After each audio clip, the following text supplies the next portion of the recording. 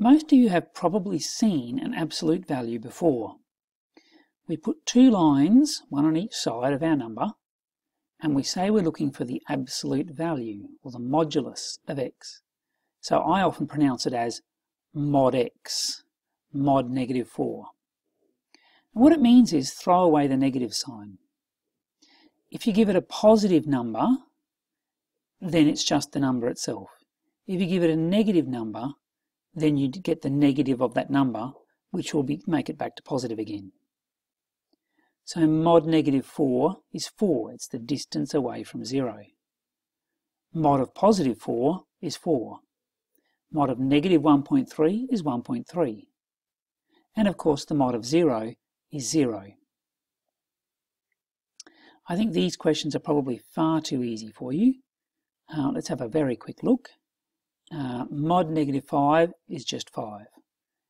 -3 times the mod of the thing inside. Well, what's the thing inside? -12 plus 10 is -2. Mod of that, mod of -2, is positive 2. So it's -3 times 2, which is -6. And we're going to do the same thing again here. -5 times mod -6 minus 5 times -6 mod. So mod of -6 is 6, and the thing inside the second absolute value is -30. Its modulus is 30, so we've got -30 minus 30, which is -60. Now, when you're solving equations involving absolute values, you have to remember there might be two possible solutions. The thing inside might be 3, or the thing inside the modulus might be -3. Both of those are possible solutions. Let's have a look at a couple of simple ones. Solve the following equations. Mod of x plus 3 is 5.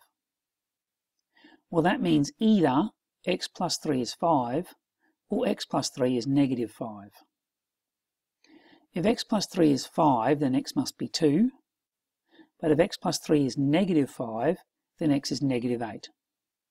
So there are two possible solutions to this equation. Another one, very similar. Absolute value of 10 minus 2x is 4. Well, that means that 10 minus 2x is 4 or -4. If it's 4, then you can solve to get 3. If it's -4, then you can solve to get 7.